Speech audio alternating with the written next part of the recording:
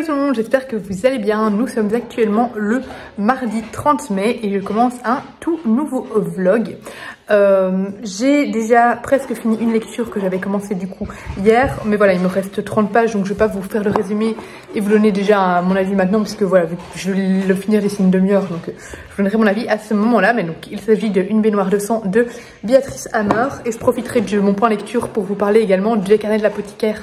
Le tome 1 que j'ai beaucoup aimé, mais voilà, je vous en parlerai un peu plus à ce moment là, mais j'ai enfin découvert cette saga, donc ça c'est ce que j'ai lu hier et aujourd'hui dans les trajets jusqu'au boulot. Par contre j'ai déjà commencé ce petit vlog en faisant un petit haul de ce qu'il y avait dans ma boîte aux lettres. J'avais un énorme colis Dupuis avec plein de BD ça contenait notamment le tome je ne sais pas combien, 10 dans la collection Les Classiques, voilà, des aventures de Buck Danny classiques.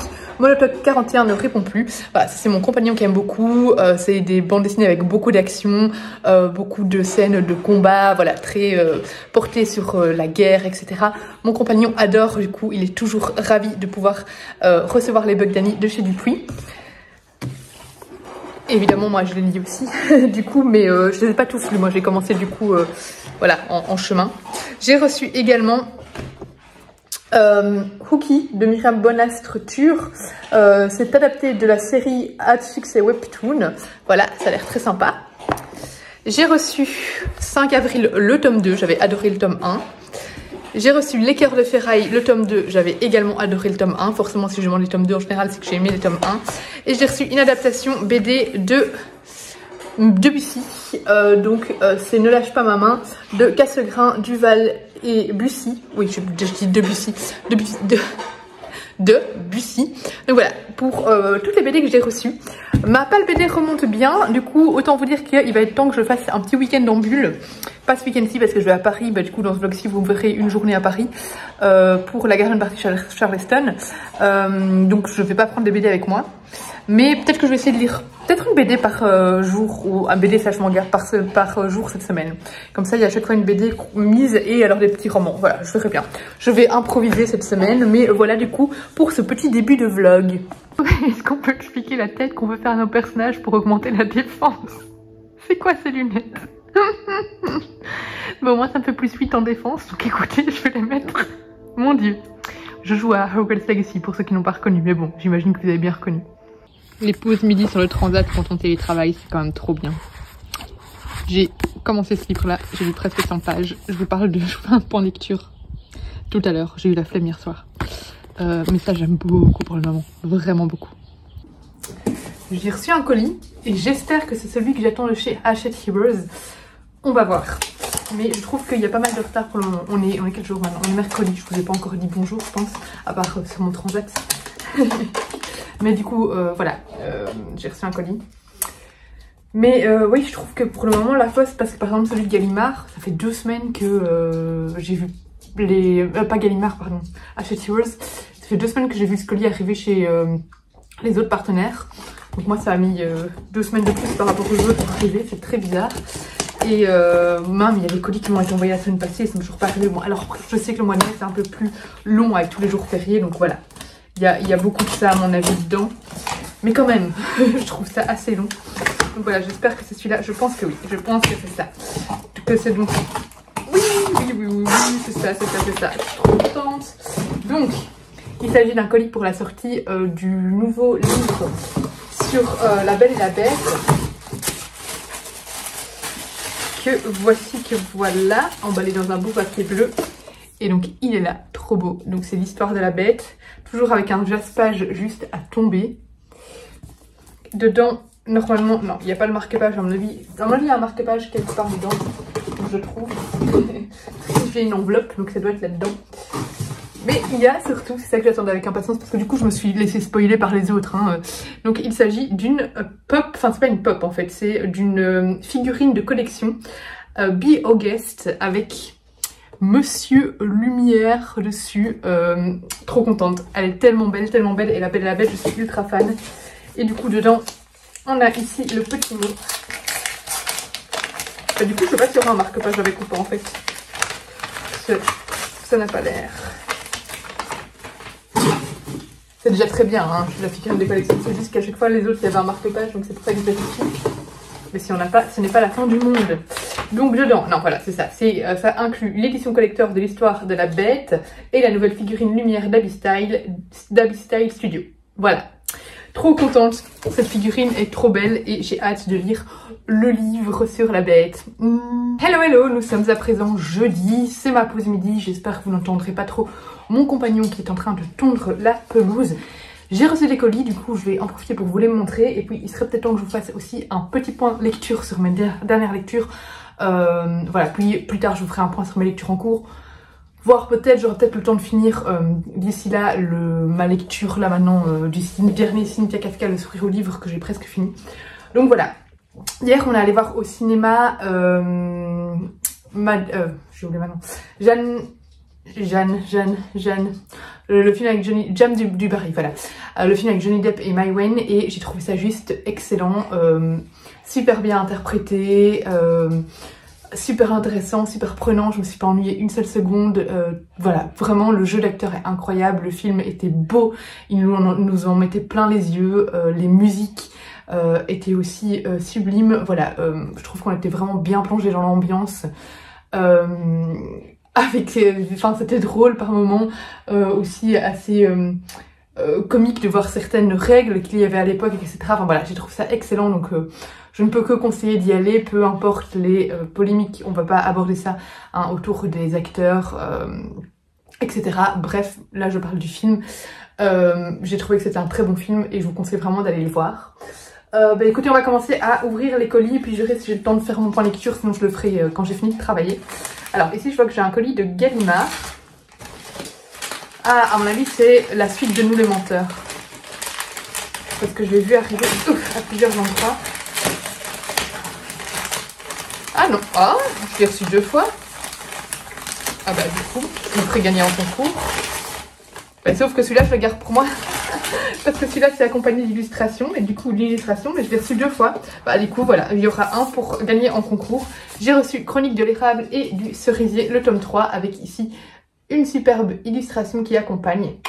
Trop bien. Bah écoutez, du coup vu que je l'ai en double, eh ben, je vais faire un concours sur mon compte Instagram pour vous faire remporter le tome 3 donc, des Chroniques de l'érable et du cerisier. Je suis sûre que ça fera plaisir à pas mal d'entre vous pour ceux qui ont lu les tomes 1 et 2. Voilà, en plus ils sont tellement beaux. Donc voilà, bah, écoutez, bon, ce n'est pas un livre qui s'ajoute à ma pile à lire du coup. Ici, qu'est-ce qu'on a ça vient de... On dirait les enveloppes de Scrineo. J'ai rien mangé récemment chez Scrineo, donc je ne sais pas. Ah, c'est Slalom, trop bien. C'est Chevaleresse, le nouveau roman de Charlotte Bousquet. J'adore cette autrice et le livre a l'air juste dingue. De toute façon Slalom, ils font en général que de très bonnes lectures. Je faisais partie du book club Slalom. Je suis partie mais je suis restée partenaire. C'est juste qu'en en faisant partie du book club, on reçoit vraiment tous les livres et on a certains privilèges, des interviews avec les auteurs, etc. Mais j'avais pas le temps de tout recevoir, de tout lire, de faire les interviews, etc. Donc j'ai préféré me reculer, mais je sais qu'en tout cas, j'ai jamais, je pense, ou très rarement été déçue par Slalom. Ils font des bouquins incroyables et du coup celui-là, ben, je l'ai choisi dans le programme partenaire parce que j'adore l'autrice en fait. C'est principalement pour elle que je l'ai choisi et la couverture est très intrigante. D'ailleurs, je vous ai pas montré, j'ai reçu en double aussi la BD, donc l'adaptation de Bussy chez Dupuis. Mais en fait, je l'ai reçu une deuxième fois, mais avec des illustrations également qui étaient dedans. Donc il faudra que je vous montre ça si j'y pense tout à l'heure. Mais du coup, voilà, de nouveau la BD, il va falloir que... Enfin, je vais organiser un concours puisque je l'ai en double, mais par contre, je garde de nouveau l'illustration. Faut pas déconner, hein. Ici, de chez Pocket, c'est PKJ, j'imagine. Alors il y a un colis que j'attends avec grande impatience, c'est le colis d'une créatrice, mais toujours pas là. J'espère que ça va arriver bientôt. Alors de chez PKJ, on a reçu un joli colis avec de larmes et d'écume de Stéphane Michaka. Je trouve que c'est chouette pour l'été parce que c'est un livre qui a l'air de, enfin voilà, de faire voyager. Il sort le 8 juin, mais en même temps il y a un côté très sombre, donc voilà. On a un carnet de notes et un bic qui a une espèce de capuchon assez étrange. Voilà, un carnet de notes, c'est toujours utile. Ça, c'est un courrier de la ville. Et on a une BD, j'espère que c'est le tome 2 de chez... Du coup, hier, j'ai pas lu mon graphique du jour. Ouais, j'ai pas lu mon graphique du jour, il va falloir que je me rattrape. Bref, j'espère que c'est le tome 2 de la BD de Aurélie Wallenstein chez Dracou. J'espère. Oui, c'est ça. Donc, il s'agit de Equinox, le tome 2. Trop hâte de le découvrir. Donc, de Aurélie Wallenstein et de Aurora Yates. Voilà, j'ai trop hâte de lire ce tome 2. Bah, ce sera peut-être mon graphique du jour, hein, qui sait. Parce que j'aime beaucoup cette bande dessinée et ça se lit assez vite. Donc voilà pour l'unboxing. Allez, petit point lecture.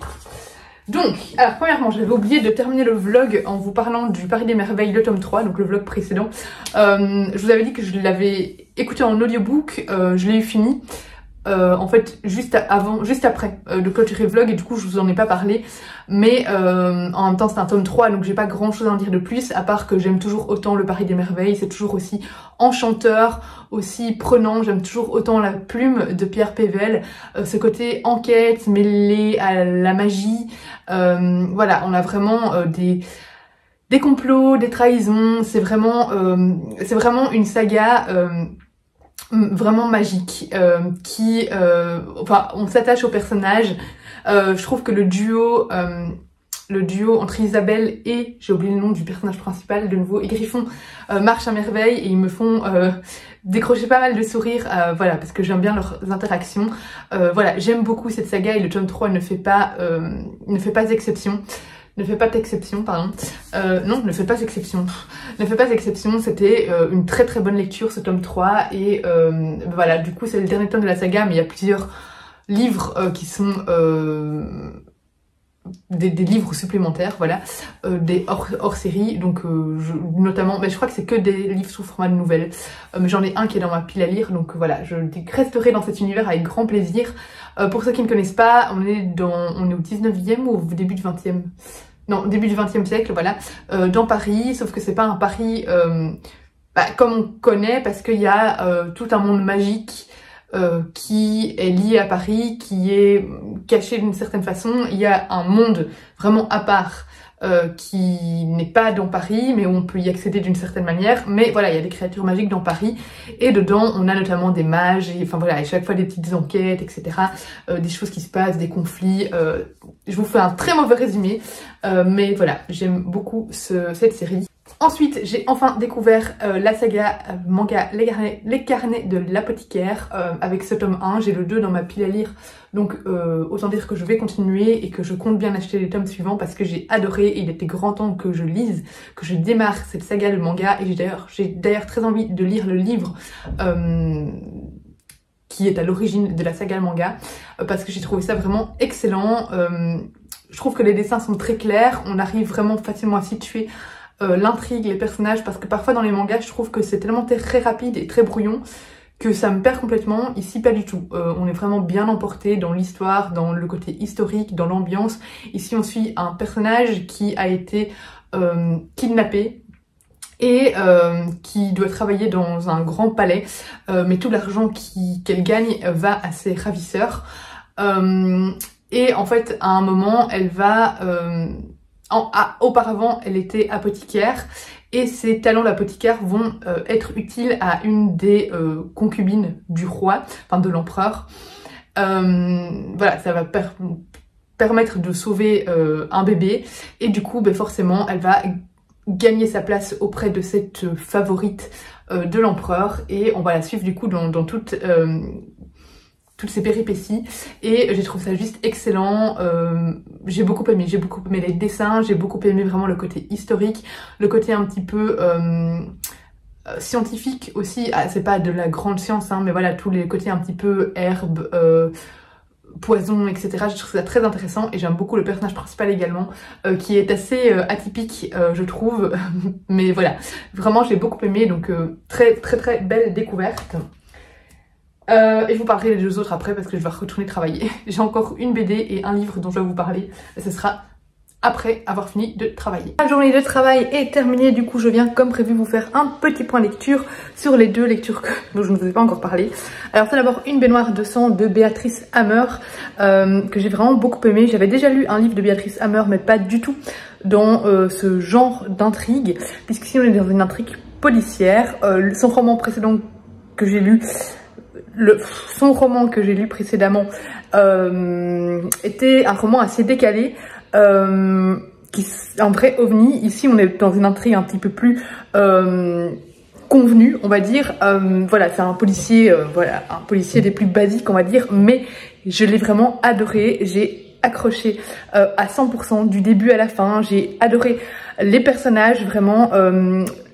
Ici on suit une inspectrice qui s'appelle, j'ai encore oublié son nom. Non, je dis c'est celle qui se fait assassiner, Mia Célien, bah. Ah, voilà, Gloria. On suit Gloria, qui est donc, qui travaille à la crime. Elle va devoir enquêter sur le meurtre d'une jeune femme trouvée dans sa baignoire avec les veines coupées. Voilà, ça pourrait être un suicide, mais directement elle a l'instinct, enfin elle a un instinct et pour elle c'est un meurtre en effet. Donc elle va devoir enquêter sur ce qu'il s'est passé, et j'ai vraiment beaucoup aimé parce qu'on s'attache au personnage, on développe en même temps le côté enquête mais également le côté personnel. C'est chouette d'avoir une femme qui mène l'enquête parce que souvent, pas tout le temps mais souvent dans les policiers français, francophones en tout cas, on a souvent le même type d'enquêteur, un homme blessé par la vie, etc. Ici pas, on a une mère en fait célibataire qui, enfin c'est pas une mère célibataire, c'est une maman, voilà, qui élève globalement ses 2 enfants seule. Elle a divorcé de son mari, mais elle veut pas trop que son mari s'occupe de ses 2 enfants parce que il est malade. Alors je pensais que c'était de la bipolarité, c'est pas de la bipolarité mais ça ressemble quand même beaucoup. Il veut pas trop prendre ses médicaments, du coup il a des phases un peu très excessives en fait, vraiment, où il fait des choses que personne normalement ne ferait, parce qu'il ne réfléchit pas trop aux conséquences en fait. Du coup voilà, elle a pas trop confiance de lui confier ses enfants. Et donc en parallèle, elle mène cette enquête. C'était extrêmement bien écrit, une enquête bien ficelée, très intéressante, qui soulève notamment aussi des questions de, des questions sociétales en fait, et notamment les foyers pour enfants, les violences qui arrivent dans ces foyers. Il y a aussi du viol, je préfère prévenir, si c'est quelque chose qui peut vous trigger. Il y a des scènes, enfin on parle de viol, c'est pas des scènes très descriptives à ce niveau-là, mais c'est mentionné. Mais voilà, j'ai vraiment beaucoup aimé, j'ai trouvé ça vraiment... Ouais, il y avait tout ce qu'il fallait en fait. J'ai vraiment dévoré ce livre, j'ai adoré, je l'ai trouvé très bien écrit et clairement l'autrice maîtrise les codes du polar. C'était très bien. Et j'ai lu une petite BD très sympathique qui casse pas trop pattes à un canard, mais je trouve que c'est des BD qui peuvent, parce qu'il va y en avoir plusieurs, mais qui permettent d'aborder en fait l'art auprès des plus jeunes, parce que c'est une petite BD pour un public très jeune, qui dans laquelle on va suivre en fait 2 enfants qui ont le pouvoir de pouvoir rentrer dans les tableaux. Et donc là ils vont rentrer dans le tableau de la Joconde lors de la visite du musée du Louvre, et du coup ils vont rencontrer la Joconde, Léonard de Vinci, etc. Je dirais bien il y a une petite aventure derrière, mais il n'y a pas vraiment l'aventure, c'est très rapide comme BD, hein. Ils rentrent dedans, ils rencontrent et puis voilà, ça se passe très vite fait, mais ça permet justement d'avoir quelques petites anecdotes sur la Joconde, d'initier les enfants à l'art. Il y a un petit dossier qui complète la bande dessinée à la fin, qui est très intéressant, voilà, sur Léonard de Vinci, etc. Tout un petit dossier complet sur la Joconde, voilà. Donc je trouve ça en fait très bien fait. Je pense que pour nous adultes, surtout quand on connaît Léonard de Vinci et la Joconde, ça n'apporte pas grand chose, mais il faut se mettre dans la tête d'enfant, et je trouve ça très bien fait pour vraiment aborder tout ça avec les enfants, pour leur apprendre de nouvelles choses, les intéresser à tout ça. Donc voilà, j'ai trouvé ça bien fait, des chouettes illustrations. Donc si vous avez des enfants, je pense que ça pourrait être chouette de leur présenter ces petites BD. Voilà, mais du coup, là maintenant, je vais terminer. Il me reste une 30aine de pages de Le Sourire au livre. Du coup, je vous en parlerai quand il sera fini, de Cynthia Casca. Et ensuite, j'aimerais bien aussi lire ce soir ce petit livre de Luca Di Fulvio, Les Aventuriers de l'autre monde, parce que Luca Di Fulvio, on a appris aujourd'hui qu'il était décédé. Du coup, j'ai ce petit livre-là dans ma pile à lire et j'avais envie de lire ce livre de lui, voilà, qui est sorti chez Picagi. Là, c'est un livre jeunesse, hein. Luca Di Fulvio, il est plutôt connu pour ses grosses briques bien historiques, voilà, j'allais dire bien lourdes, mais pas au sens péjoratif, hein, très complète, très dense, très immersive. Je n'en ai lu que un de lui, je pense, c'est le truc avec le soleil des rebelles, je pense que c'était ça. J'avais adoré et je voudrais bien découvrir tous ces romans. Voilà, c'est un auteur que j'avais vraiment envie de découvrir beaucoup plus depuis longtemps, et là maintenant qu'il est décédé, ça me donne un coup de boost de vouloir encore plus découvrir ses romans. Voilà, c'est tellement triste, mais bon, on l'avait vu hein, quand on était allé à Saint-Maur-en-Poche, il était vraiment pas bien. J'avais suivi Steph, donc Pikiti, et Pascal de Entre deux pages qui voulait absolument aller le voir, et je ne connaissais pas spécialement fort bien cet auteur, mais de l'avoir vu comme ça en interaction avec les lecteurs, le voir rire avec Pascal et Stéphanie, etc., il m'avait vraiment marqué en fait. Et sur le salon, je n'avais pas pris de livre de lui parce que j'avais déjà pas mal craqué, et je regrette, je me dis que j'aurais dû prendre des livres à lui sur le salon et en profiter pour les faire dédicacer et tout ça. Mais voilà, je l'ai pas fait, mais je suis contente d'avoir pu le voir et d'avoir pu voir cette chaleur qu'il dégage, vraiment, il m'a fait beaucoup marquer à Saint-Maur-en-Poche. Donc voilà, c'est assez triste, mais c'est malheureusement la vie. Donc voilà, tout ça pour dire que voilà la prochaine lecture que je compte faire. Je vous lâche parce que mon bras commence à avoir des crampes et je vais m'installer un petit peu dehors. J'en peux plus. Je suis allée à la boîte aux lettres, je vois un colis. Je vois que la date sur le timbre 23 janvier, je me dis 23 janvier, quoi? Je vous avais dit que j'avais des colis qui avaient été perdus tout début d'année. J'en ai déjà reçu un qui datait de février, là janvier. Je dis oula, j'ouvre un petit peu. Je me dis ça ressemble à la Mémoire de la forêt. Je sais pas, ce serait quand même pas ça. Pour moi, il était définitivement perdu. C'est ça, c'est le tome 2 de Mémoire de la forêt, donc par Michael Brun-Arnaud et par Sanoé, qui m'avait été envoyé en janvier par eux, et que je n'avais pas reçu, jamais reçu. J'étais dégoûtée parce que je sais que Michael l'avait dédicacé pour moi, donc j'étais trop triste. L'école des loisirs me l'avait renvoyé le livre, donc j'avais fini par le recevoir, mais pas dédicacé du coup. Il y avait aussi des goodies, mais ça, vu que j'avais participé, Miko c'est bon, vu que j'avais participé à la soirée événement, j'avais déjà reçu les goodies. Mais par contre, du coup, j'avais pas reçu les dédicacés, j'étais trop triste. Et ben voilà, 6 mois plus tard, presque, 23 janvier, on est en juin. Ouais, c'est presque 6 mois plus tard. Hein. J'ai reçu le tome 2, dédicacé par Michael Brun-Arnaud. Comme quoi, tout est possible. Mais du coup, attends 2 secondes, mon amour. Du coup, l'autre tome que j'ai déjà lu, hein, qui est dans ma bibliothèque, du coup, qui est d'occasion, mais en très bon état, je le ferai gagner sur mon compte. Et je garde celui-là, évidemment, qui est dédicacé. Je n'en reviens pas, quand même. Les délais de la poste, hein. À mon avis, ils sont en train de trier leur vieux fond de tiroir. On est vendredi soir, il est 23 h, je m'apprête à aller faire dodo. Depuis mon dernier point lecture, j'ai terminé ce livre-ci, ce livre-ci, ce livre-ci et cette BD. J'ai pas lu d'autres BD, mais tant pis, j'ai pas lu le graphique vraiment aujourd'hui ni rien, j'ai surtout fait du repassage, etc. Mais voilà, j'ai quand même pas mal avancé dans les livres. Mais là, j'avoue qu'il est déjà 23 h passées. Je viens de finir le voyage de Silka et j'ai pas le courage de vous parler maintenant, sachant que j'aimerais bien être en forme et donc aller dormir maintenant idéalement parce que demain je vais me lever à 6 h pour passer la journée à Paris. Je suis sûre que ça va être une journée fatigante. Donc voilà, je pense que demain, de toute façon, je vous prends à Paris avec moi. Et à mon avis, dimanche, je vais faire un point lecture complet. Alors, dans le vlog, hein, je vais pas filmer un point lecture, mais dans le vlog, je vous parlerai de tout ça. Et si j'ai lu un autre livre d'ici là, je le rajouterai dedans. Mais j'avoue que là, il y en a au moins pour un quart d'heure de point lecture. J'ai pas envie d'aller dormir à minuit. Donc, je coupe. Mais promis, je vous parle de tout ça dimanche. De toute façon, vous le verrez dans le vlog. Hein. Pour vous, ça changera pas grand chose. Mais vous avez un petit aperçu des avis lecture qui arrivent.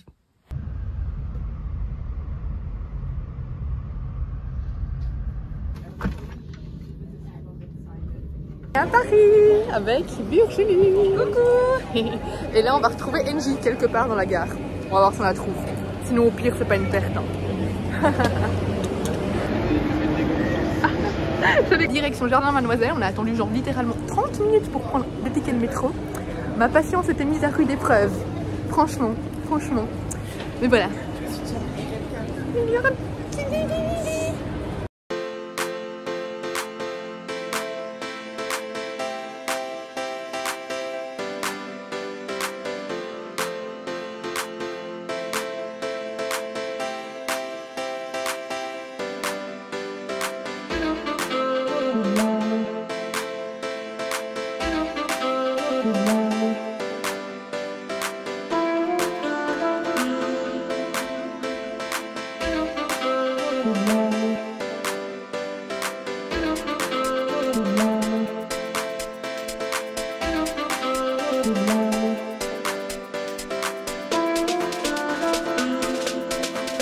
J'ai trouvé.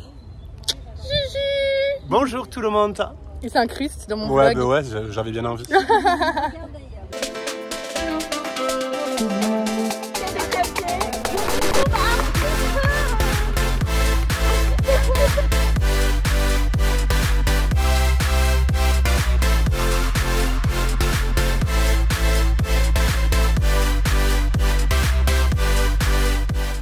Allez. C'est Pascal qui emmerde Emeline qui me dédicace mon carnet. Attention, elle a mal au cuisse.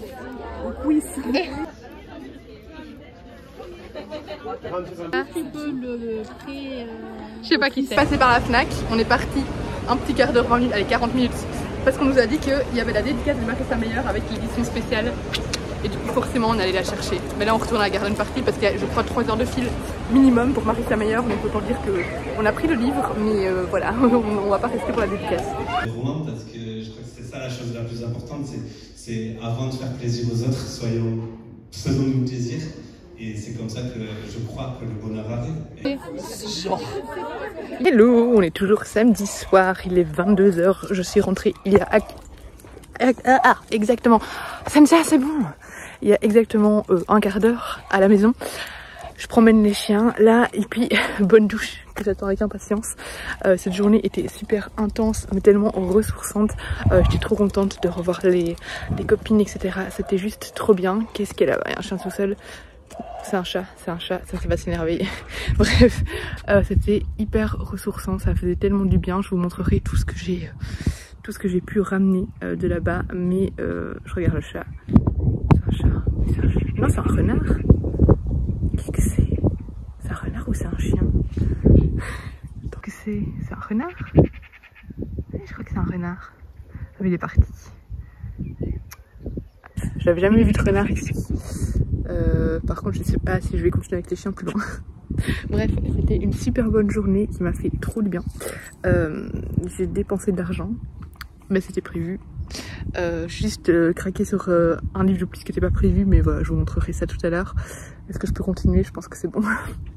Si je vous ai pas de nouvelles de moi, c'est ça, c'est que je me suis fait agresser par un renard. Oh, calme-toi. Mais voilà, ça faisait trop du bien, trop bonne journée, en plus il faisait super beau donc c'était parfait. Revoir les copines etc, c'était trop bien. Là maintenant il y a un faisan qui s'enfuit, à mon avis il y a un renard. Vous aurez une aventure là. Donc voilà, franchement j'ai passé une trop bonne journée avec toutes les copines. J'étais allée donc avec Virginie, oh, c'est ça s'il te plaît, de vie de livre, donc qui vit en Belgique, donc on a pris le train ensemble jusqu'à Paris et de là on a rejoint Angie et Madame Chachali pour aller boire un thé au jardin de Mademoiselle et puis de là on allait à la Garden Party et grosse surprise, on savait pas mais en fait il y avait Marissa Meyer qui venait. En fait j'avais abandonné les dédicaces de Marissa Meyer parce qu'elle n'est pas en Belgique, donc je m'étais dit tant pis j'aurais pas cette superbe édition et en fait on m'a dit, en fait c'est quelqu'un qui est revenu de la dédicace qui a dit ah mais il y en a encore plein, allez-y et tout. Je suis là, ah il y a une dédicace aujourd'hui mais trop bien. Du coup on est allé vite à la Fnac qui est à 1,5 km de l'événement de Charleston. Par contre on n'est pas resté pour la dédicace parce qu'il y avait un monde de tarés, vraiment il y avait des fils et à mon avis il y avait au moins 2 heures de fil. Mais on a pris du coup l'édition, je suis trop contente, l'édition spéciale qui est juste magnifique et qui n'est disponible du coup que pendant les dédicaces. Voilà, donc voilà, bref, je vous montre tout ça à mon avis demain. Mais là, à mon avis, je vais prendre une douche et me coucher. Si j'arrive à passer le renard, sinon je fais demi-tour.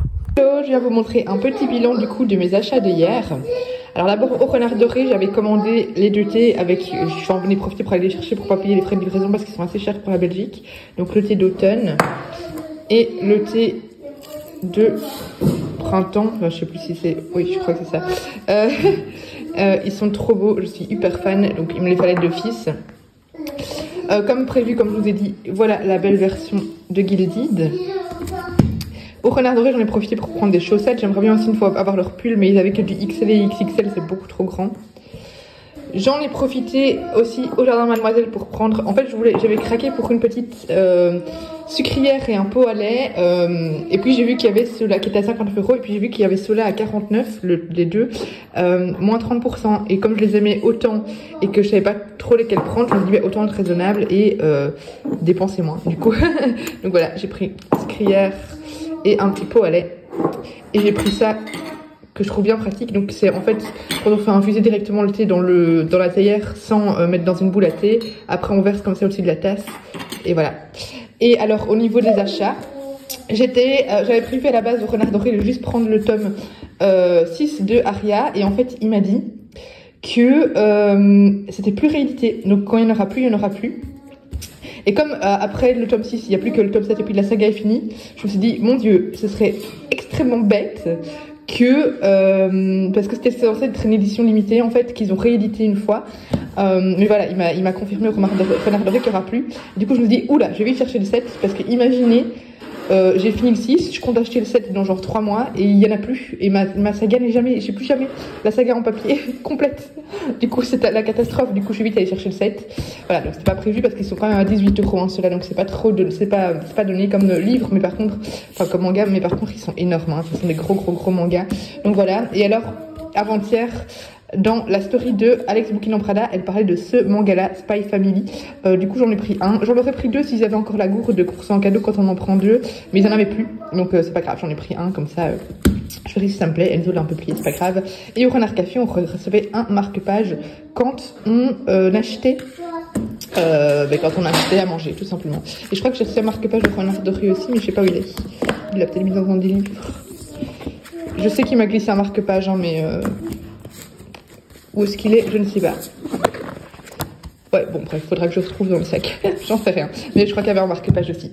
Et alors, au niveau des dédicaces, j'avais pris avec moi, ça c'est des livres que j'ai lu, hein, le Karin Pitoki que je suis allée faire signer. J'étais trop contente, Pitoki ou Pitoshi, je sais toujours pas, de la voir et tout ça. Elle est tellement gentille.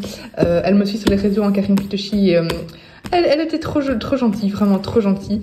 Lucie Cassel, Tony Béard. Avec la petite dédicace parce que c'est quand je l'ai lectrice Charleston, je disais que c'était ça me faisait penser à La La Land, ce livre là, donc voilà. Et vu que j'avais déjà des dédicaces dans tous mes livres, Julien Rampin, etc., et que Cynthia Kafka il était déjà dédicacé, j'avais pris un petit carnet pour faire dédicacer, j'ai reçu avec Tony Béard, par Juju, ma belge préférée, attention, par Cynthia Kafka, par Emeline, par NJ, par Pascal, on faisait des dédicaces en lectrice Charleston, par Virginie, donc vie de livre, Sophie Gemin, parce que j'ai aussi tous ces livres dédicacés, sauf un, mais je ne sais pas où il est passé, par Steph, Pikiti et Clarisse, parce que en fait je croyais que j'avais tous ces livres dédicacés, et puis je me suis dit bah non, en fait le tout petit édition 10 ans, il n'est pas dédicacé, mais bref, c'est pas très grave, je ne l'avais pas pris avec. Mais voilà, un petit carnet souvenir. Je vous ferai un point lecture tout à l'heure. Là, je vais peut-être improviser une visite à Peridaisa en Belgique. Donc, je verrai bien. Je vous tiens au courant de ma journée de toute façon. Là, on s'est improvisé la journée à Peridaisa. Mais je vous filmerai pas vraiment dans le parc ou peut-être quelques petites images parce que j'ai déjà filmé le mois passé une vidéo. Donc, je vous invite à aller la voir. Je vais pas filmer à chaque fois. Et j'ai envie de profiter de la journée. Je suis toute seule avec Enzo. Donc voilà. Journée enfant, maman. Ça va être très chouette.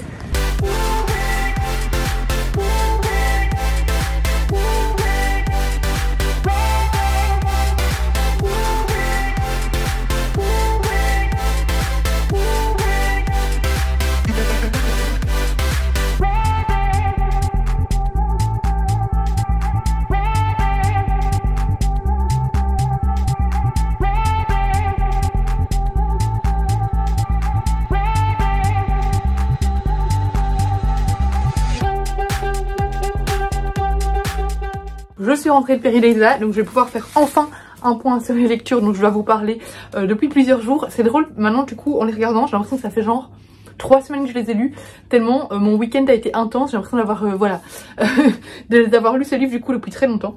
Mais voilà, du coup je vais enfin faire un point sur mes lectures et je vais clôturer ce vlog avec ce petit point lecture puisque ma lecture en cours, il s'agit de L'affaire Agatha Christie, hier dans les transports j'ai lu 183 pages, il fait 400 pages, j'ai pas lu une seule page aujourd'hui, j'ai juste profité de mon fils, de ma journée, etc. Et ça fait du bien de temps en temps de faire ça, et du coup à mon avis si je lis aujourd'hui, je vais peut-être lire encore un peu aujourd'hui, mais ce sera une centaine de pages maximum, donc autant dire qu'il sera pas fini. Mais vite fait, du coup vous aurez mon avis global dans le prochain vlog, mais en tout cas pour le moment j'aime beaucoup parce que on est vraiment ici, en fait en gros l'autrice ici s'inspire. C'est pas un reportage, un documentaire sur la disparition d'Agatha Christie, donc vous savez peut-être ou pas, Agatha Christie elle a disparu à un moment 11 jours je pense dans sa vie et personne ne sait jamais, enfin ne sait vraiment ce qui s'est passé.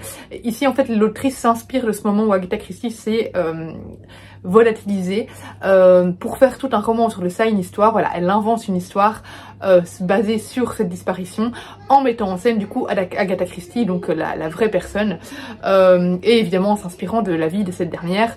Donc ici en fait la narratrice c'est l'amante de Archie, donc le mari d'Agatha Christie, et donc on a tout du point de vue de cette maîtresse qui vole le mari d'Agatha Christie avec qui il va partir en fait, et je trouve ça passionnant, super bien écrit, vraiment haletant. On prend vraiment Agatha Christie, pour nous dans la tête c'est clair que c'est romancé, on prend Agatha Christie en fait comme un personnage plutôt que quelqu'un comme qui a vraiment existé, mais voilà il y a un petit côté vieillot aussi historique puisque on est au début du XXe siècle avec les guerres, la grippe, etc.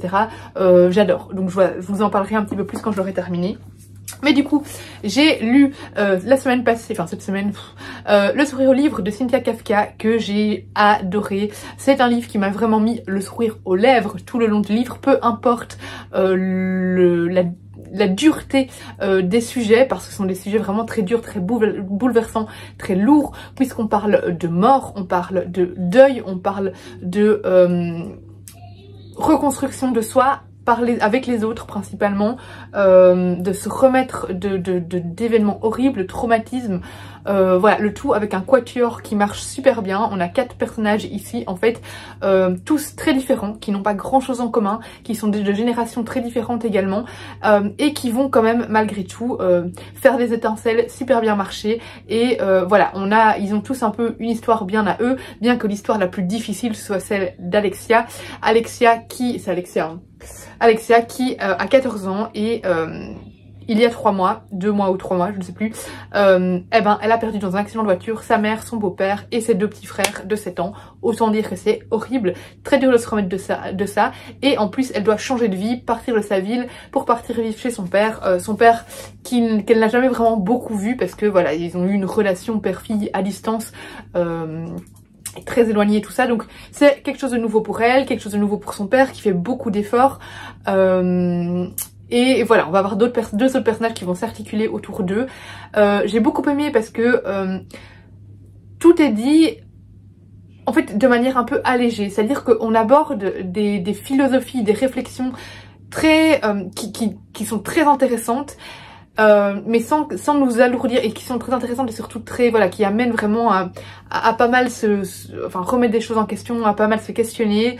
Et puis on aborde des sujets lourds, mais ça reste, voilà, ça reste dans assez lumineux, assez solaire comme roman, grâce aux personnages. J'ai eu le sourire aux lèvres vraiment à de nombreuses reprises, grâce notamment à Ida, qui est un personnage qui m'a fait beaucoup rire, un personnage vraiment complètement décalé. Vraiment c'était éblouissant, c'était je me suis laissée complètement emporter par ce roman. J'ai été aussi émue par ces personnages, par l'histoire globalement. Très beau roman.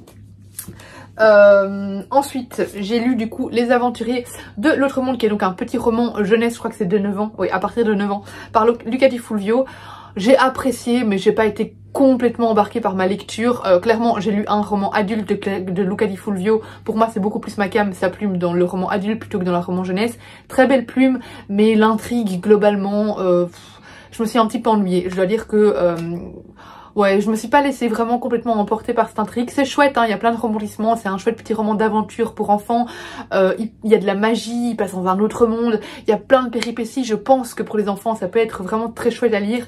Mais moi, ça m'a un peu laissé de marbre, malgré la plume qui est très belle. Et l'art de conter en fait de Luca Di Fulvio, qui a vraiment une plume très voilà, vraiment qui nous conte les histoires très descriptives, etc. Mais voilà, j'ai pas été vraiment embarquée. Donc en fait ici on suit 3 amis qui sont à l'école ensemble et qui vont se retrouver embarqués dans une aventure après avoir écouté un peu des légendes qui courent dans leur petit village. En fait, ces légendes sont plus vraies que ce qu'on croit et voilà, ils vont être impliqués dans une de ces légendes. Il y a des petits trucs qui m'ont... En fait, dans ce livre-là, il y a un personnage qui est gros et je trouve qu'il s'en prend vraiment plein la gueule. Alors, on remet quand même souvent en question ce truc. On voit, clairement, c'est dit que c'est des propos grossophobes qui se prend, mais je trouve qu'à bout d'un moment, c'était lourd parce que vraiment, constamment, on a ces... dès qu'on s'adresse à lui, en fait, tout le monde le traite de gros, et c'est tout le temps, et je trouvais ça un petit peu trop.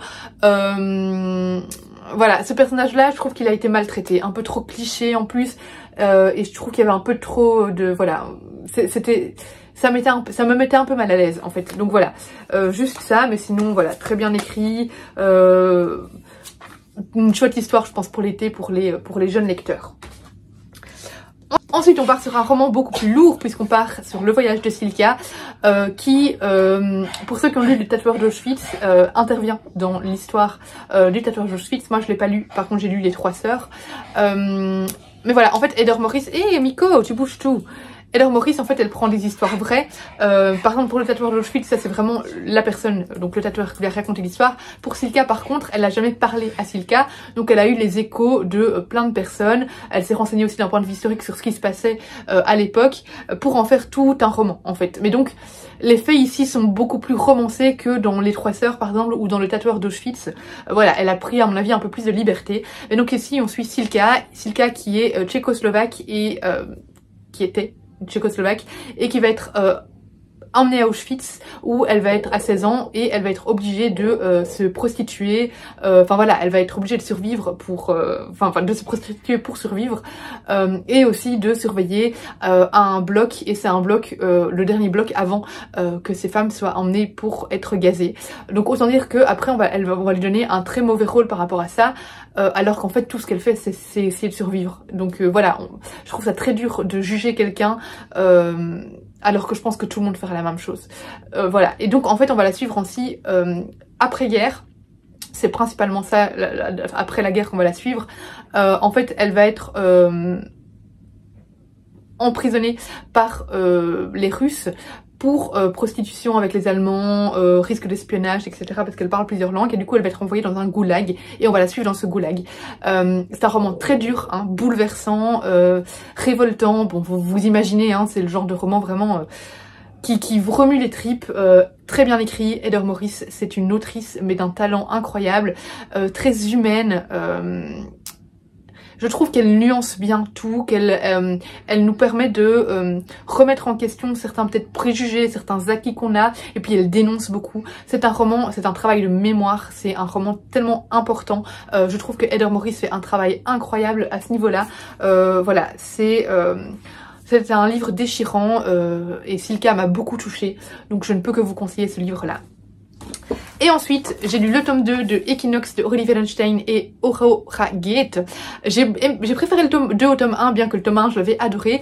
Parce que ce tome 2, en fait, j'ai été complètement emportée par tout l'univers au niveau des illustrations et tout. En fait, le tome 2 fait très estival, fait très... les Cyclades, voilà, en fait il y a une grande inspiration autour des Cyclades, Santorin, Mykonos, etc., autour des îles grecques, et du coup j'ai adoré ces planches, et il y a tout un univers aquatique en fait qui est développé dans ce tome 2 qui m'a beaucoup plu. Donc ici on retrouve notre personnage principal du tome 1, 3 ans plus tard. Elle s'est retrouvée du coup, en fait dans le tome 1, on a donc... Equinox, qui est un monde parallèle au monde des humains et qui est gouverné par la lune, contrairement à nous qui sommes gouvernés par le soleil. Sauf qu'un jour, la lune va être fracturée et ça va avoir des conséquences catastrophiques sur Equinox. Et donc, le personnage principal qu'on suit va devoir être propulsé dans notre monde à nous pour pouvoir pour pouvoir échapper à tout ça. Et elle va revenir à Equinox 3 ans plus tard avec des souvenirs très flous de ce qui s'est passé. Et du coup, on va la suivre dans cette suite d'aventures, en fait, voilà, dans la suite du tome 1, puisque ça va être sur 4 tomes, et ça va être 4 tomes où j'imagine qu'ils vont essayer de réparer Equinox et de savoir ce qui s'est passé. Mais du coup, j'ai adoré ce tome 2, j'ai adoré l'intrigue. Voilà, on avance bien, franchement. Il y a moins de violence que dans le tome 1, mais c'est toujours quand même assez... C'est toujours du Aurélie Wallenstein, donc c'est adressé à un public jeune, mais elle prend pas les jeunes pour des cons. Voilà, clairement. C'est pas le monde des bisounours, clairement. Il y a des moments assez violents, il y a quand même des combats, des gens qui meurent, etc. Donc voilà, c'est vraiment une très très chouette bande dessinée, une très chouette saga avec un univers très bien construit, très dense, digne de Aurélie Wallenstein, et puis des illustrations qui en mettent plein les yeux. Du coup, je vais clôturer ce vlog ici, j'espère qu'il vous aura plu. Voilà, ça a été un vlog surtout très intense sur le week-end. Moi, j'ai passé un trop bon moment, cette semaine a été juste géniale. Avec un vendredi au boulot qui était très intense, mais du coup, j'ai bien profité du week-end et ça m'a permis de récupérer de cette semaine assez intense au travail. Donc voilà. J'espère que ça vous aura plu, n'hésitez pas à me dire comme d'habitude, à me laisser un commentaire en fait, à me mettre un petit pouce vers le haut et à vous abonner si ce n'est pas encore le cas. En attendant, je vous fais des gros bisous et je vous dis à bientôt pour une prochaine vidéo.